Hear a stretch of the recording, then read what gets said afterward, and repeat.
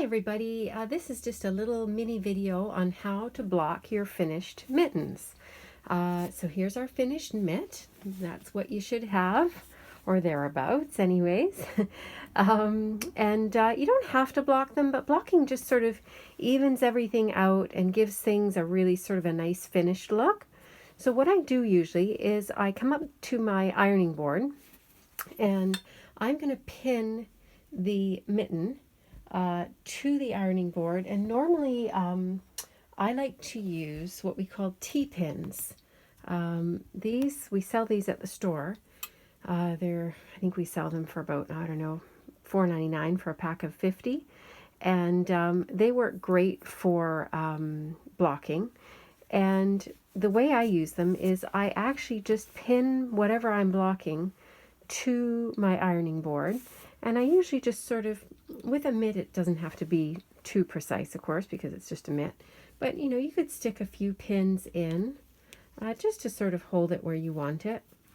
It doesn't even have to have pins in it. You could just block it sort of freehand, but this sort of keeps it staying put where you want it.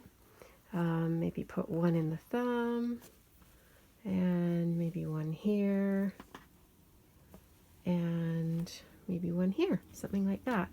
And you don't have to worry about blocking the ribbing, because that would sort of squish it and squash it down a little bit. We're just mainly going to block the hand. And so what I've got is I've got just a piece of cotton. You could use a tea towel or something like that.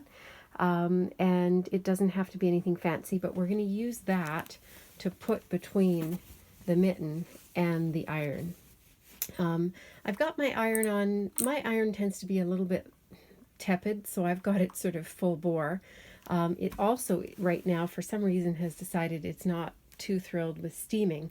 So what I'm going to do is I'm actually going to put a little bit of spray onto my cotton, and then I'm going to just gently press. Okay, so I've got my iron fairly warm. This wool that I've used for my mittens was a purely natural blend, so it can handle a little bit of heat. And I'm just sort of pressing. I'm not really rubbing like this, but I'm just sort of using the weight of the iron to press. Okay, and sort of down to where the ribbing is.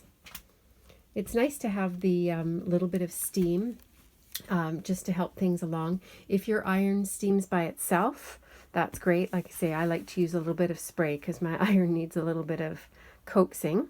Yeah, and then you just sort of take it off, take your pins out, and what it's done is it's just sort of evened all my stitches out, made them look a little bit tidier.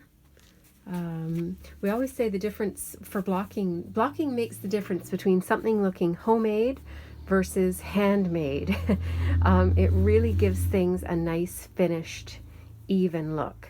Sort of just sort of makes it look more professional. And so I would do that with each of my mittens when I was done. And yeah, and oh, one thing I was going to mention, if you happen to be using a synthetic blend, something that has some acrylic or some nylon in it, you want to make sure that you've just got your iron on sort of medium heat, and you definitely, of course, have to use the press cloth, because if you didn't, you could possibly melt things. So my mitten could handle some quite high heat because it's llama and merino or something. So just keep in mind that if you are using synthetics, don't go too warm, and definitely do it in stages, or use your press cloth and check, make sure you're not using too much heat and too much force.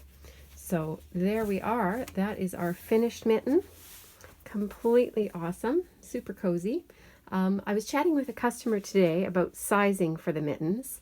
And keep in mind that, like I say, this is a good template pattern. If these ones felt a little bit big for you or for the person you were making them for, you could always just literally change the needle size on your next pair. Use the chunky yarn again, but you could use a 5 or a 5.5 millimeter needle.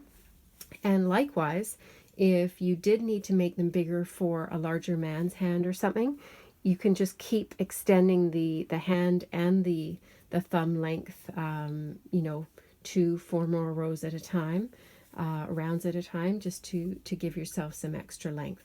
So it's a good tweakable template pattern.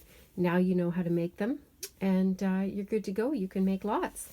So yeah, thank you for joining us on this little mitten journey, and yeah, leave a comment in the comment section and let us know what you think, and I hope you have fun making another pair.